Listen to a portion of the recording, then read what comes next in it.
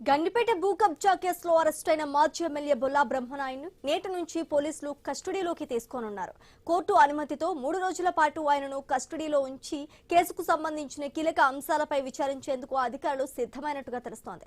భూ కబ్జా ఆరోపణలు, భూ లావాదేవీలు, ఇతర సంబంధిత వివరాలపై బొల్లా బ్రహ్మనాయుడును ప్రశ్నించనున్నారు.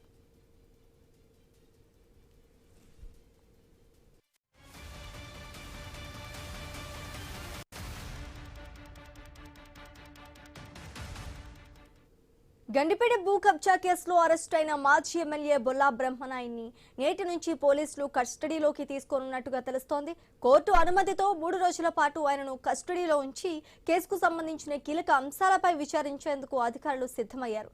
భూ కబ్జా ఆరోపణలు, భూ లావాదేవీలు, ఇతర సంబంధిత వివరాలపై బొల్లా బ్రహ్మనాయుడిని ప్రశ్నించనున్నారు.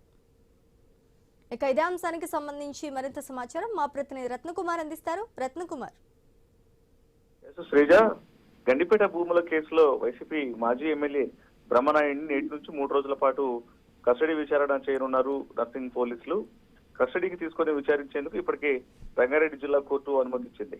గండిపేట పరిధిలోని సర్వే నెంబర్ 18లో ఉన్న సుమారు 9.10 ఎకరాల విలువైన ప్రభుత్వ భూమిని కాజేసేందుకు కుట్రపడినటువంటి వ్యవహారాన్ని ఛేదించడం జరిగింది పోలీసులు. ఈ భూమిని రెగ్యులరైజ్ చేసుకోవడం కోసం నకిలీ జీవోలను, ఫోర్జరీ పత్రాలను సృష్టించి వాటిని కాజేలినటువంటి ప్రయత్నాలు చేయడం జరిగింది.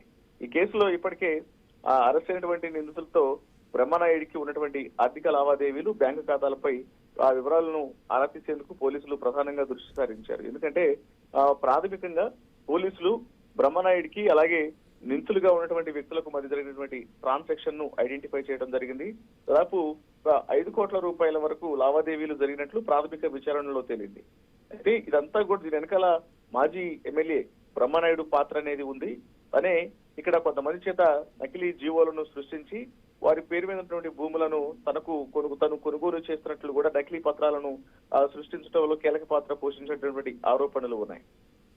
ఈ కేసులో అరెస్ట్ అయినటువంటి మిగతా నిందితులతో బ్రహ్మనాయుడికి ఉన్నటువంటి ఆర్థిక లావాదేవీలు, బ్యాంకు ఖాతాల వివరాలపైనే ప్రధానంగా పోలీసులు దృష్టి సారించి ఆ వివరాల మొత్తాన్ని కూడా ఇప్పుడు కస్టడీ విచారణలో రాబట్టేటువంటి అవకాశాలు ఉన్నాయి.